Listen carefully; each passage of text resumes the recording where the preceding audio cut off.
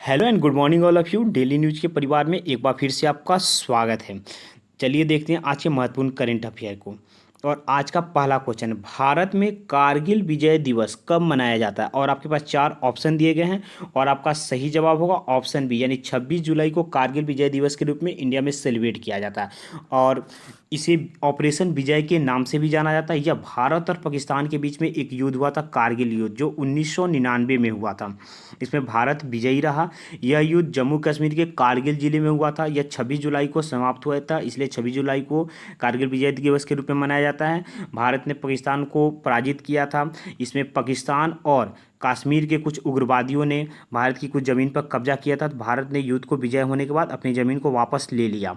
इसमें अंतर्राष्ट्रीय संगठन का भी काफ़ी महत्वपूर्ण रोल था। इसमें भारत की तरफ से वेद प्रकाश मलिक और पाकिस्तान की तरफ से थे परवेज मुशर्रफ। आगे बढ़ते अपने अगले क्वेश्चन की तरफ। आज का दूसरा क्वेश्चन, सामाजिक न्याय और अधिकारिता मंत्रालय के तहत अनुसूचित जाति के राष्ट्रीय आयोग के सचिव के रूप में किसे नियुक्त किया गया है? और हमारे पास चार ऑप्शन दिए गए हैं और हमारा सही जवाब होगा ऑप्शन ए, यानी सुशील कुमार की नियुक्ति हुई है। सुशील कुमार कौन है? तो सुशील कुमार 1987 बैच के त्रिपुरा कैडर के एक आईएएस अधिकारी हैं और यह अभी फिलहाल मतलब अभी करेंट में मिनिस्ट्री ऑफ माइंस के सेक्रेटरी पद पर कार्य कर रहे हैं। आगे बढ़ते हैं। आज का हमारा तीसरा क्वेश्चन, वर्ष 2020 के फुटबॉल राइटर एसोसिएशन फुटबॉलर के विजेता का नाम बताना है। आपके पास चार ऑप्शन दिए गए हैं और आपका सही जवाब होगा ऑप्शन बी, यानी जॉर्डन हेडरसन। इनके बारे में जानते हैं कि ये कौन है। ये इंग्लैंड के पेशेवर फुटबॉलर है जो प्रीमियर लीग क्लब लिवरपूल के लिए खेलते हैं। लिवरपूल इनका क्या खेलता है? ये मिडफील्डर के रूप में खेलते हैं। यह 2015 से इंग्लैंड का जो राष्ट्रीय टीम है उसके कैप्टन कर रहे हैं, ये कैप्टनशिप कर रहे हैं यानी कप्तानी कर रहे हैं। यह 30 वर्षीय हैं। अब बात इसमें इंग्लैंड की आई तो इंग्लैंड के बारे में थोड़ा जान लेते हैं। इंग्लैंड की कैपिटल लंदन है। इंग्लैंड की करेंसी पाउंड स्टर्लिंग है। इंग्लैंड के पीएम बोरिस जॉनसन और यहाँ की क्वीन एलिजाबेथ टू हैं। आगे बढ़ते हैं अपने अगले क्वेश्चन की तरफ। और आज का हमारा चौथा क्वेश्चन है, किस देश ने 3D प्रिंटेड एयरक्राफ्ट इंजन का सफल परीक्षण किया? और आपके पास चार ऑप्शन दिए गए। सही जवाब होगा ऑप्शन सी, यानी रसिया ने ऐसा काम किया। रसिया ने MGTD-20 gas turbine 3D printed aircraft engine का सफल परीक्षण कर लिया है। यह परीक्षण कजान बॉक्स विमानन केंद्र में किया गया। इसका उत्पादन का लक्ष्य रखा गया है 2021 से 2022 के लिए निर्धारित किया गया है। इस तकनीकी से यानी इस टेक्नोलॉजी से मुख्य इंजन के एलिमेंट्स का जो उत्पादन किया जाता था उसमें जितना समय लगता था उसके 20 गुना से कम समय लगे, यानी काफ़ी समय का बचत होगा। और लागत भी जितना लगता था उसके दोगुना से कम लागत इसमें लगेगा, यानी बहुत अच्छा काम हुआ है। आगे बढ़ते हैं आज के पांचवें क्वेश्चन की तरफ। भारत और यूरोपीय संघ ने वैज्ञानिक और तकनीकी निगम पर कब तक अपने समझौता को नवीनीकृत किया हुआ? आपके पास चार ऑप्शन दिए गए हैं और आपका सही जवाब होगा ऑप्शन डी, यानी 2025। इस समझौते की शुरुआत 23 नवंबर 2001 को हुई थी और इसके दो बार इसमें रिन्यू भी किया गया था। एक फर्स्ट रिन्यू किया गया था 2007 में और दूसरा रिन्यू किया गया था 2015 में।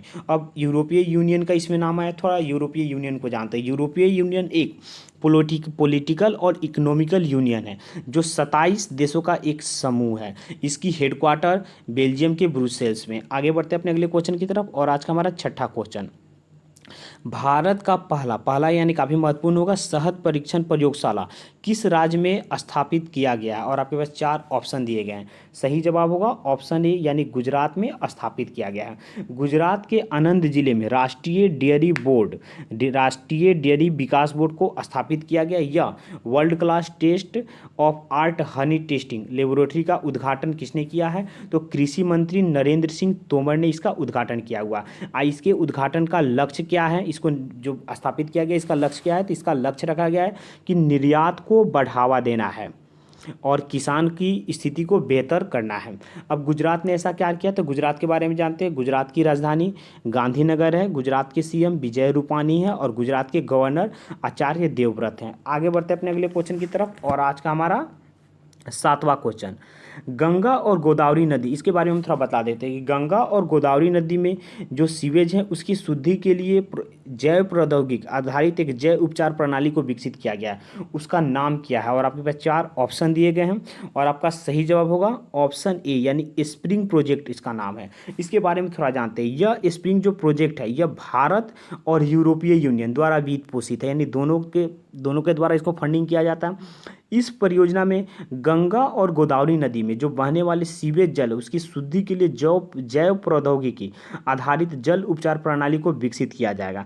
अब इसके बारे में जब गंगा नदी के बाद तो थोड़ा गंगा नदी के बारे में जानते हैं। गंगा नदी हिमालय के पश्चिमी भाग यानी गंगोत्री से निकलती है, जो उत्तराखंड राज्य में है। वहाँ से निकल के भारत के कुछ राज्य जैसे यूपी, बिहार, बंगाल से होते हुए बांग्लादेश में चली जाती है। बांग्लादेश में गंगा को पद्मा के नाम से जाना जाता है। यह क्वेश्चन बहुत सारे एग्जाम में आया हुआ, तो इसे आप एक बार याद कर लेंगे।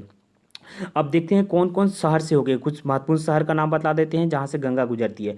ऋषिकेश से, हरिद्वार से, कानपुर से, प्रयागराज से, वाराणसी से, पटना से, भागलपुर से, कटिहार और कोलकाता से होते हुए ये बांग्लादेश में चली जाती है। बांग्लादेश से जाकर बंगाल की खाड़ी में चली जाती है। आगे अब दूसरी नदी आई गोदावरी। गोदावरी के बारे में जान लेते हैं। तो गोदावरी गंगा के बाद दूसरी सबसे लंबी नदी है जो महाराष्ट्र के त्रयंबकेश्वर से निकलती है। इसे वृद्ध गंगा के नाम से भी जाना जाता है। आगे बढ़ते हैं अपने अगले क्वेश्चन की तरफ और आज का हमारा 8वां क्वेश्चन है। इंडियन ओवरसीज बैंक यानी आईओबी के नए एमडी और सीईओ किसे नियुक्त किए गए? और आपके पास 4 ऑप्शन दिए गए हैं और आपका सही जवाब होगा ऑप्शन डी यानी पार्थ प्रतिम सेनगुप्ता को एमडी और सीईओ के रूप में नियुक्त किया गया है। यह कर्णम शेखर का स्थान लेंगे जो 30 जून 2020 को सेवानिवृत्त हो गए थे। अब पार्थ प्रतिम सेनगुप्ता यह 31 दिसंबर 2022 तक अपने पद पर कार्यरत रहेंगे। यह पार्थ प्रतिम गुप्ता अभी एसबीआई के उप प्रबंध निदेशक के रूप में थे। इनका 30 वर्ष का बैंकिंग एक्सपीरियंस है। अब बात आई आईओबी की। आईओबी की स्थापना 10 फरवरी 1937 को हुआ था। इसका हेडक्वार्टर चेन्नई में है। आगे बढ़ते हैं अपने अगले क्वेश्चन की तरफ और आज का हमारा 9वां क्वेश्चन, किस ऑनलाइन भुगतान प्रसंस्करण सेवा फर्म ने अक्को जनरल इंश्योरेंस लिमिटेड के साथ हाथ मिलाया? आपके पास 4 ऑप्शन दिए गए हैं और आपका सही जवाब होगा ऑप्शन बी यानी अमेजन पे ने वाहन बीमा इंश्योरेंस, जो वाहन बीमा होता है उसको लॉन्च करने के लिए अक्को जनरल इंश्योरेंस के साथ हाथ मिलाया है। अमेजन जो प्राइम मेंबर होंगे उनको इसके मतलब इस स्कीम को लेने में कुछ अतिरिक्त छूट भी मिलेगा। अब अमेजन पे के बारे में जानते हैं। इसका हेडक्वार्टर वाशिंगटन डीसी में है। अमेजन पे का जो इंडिया है तो इंडिया के सीईओ अमेजन पे इंडिया के एमडी और सीईओ महेंद्र नेरुरकर हैं।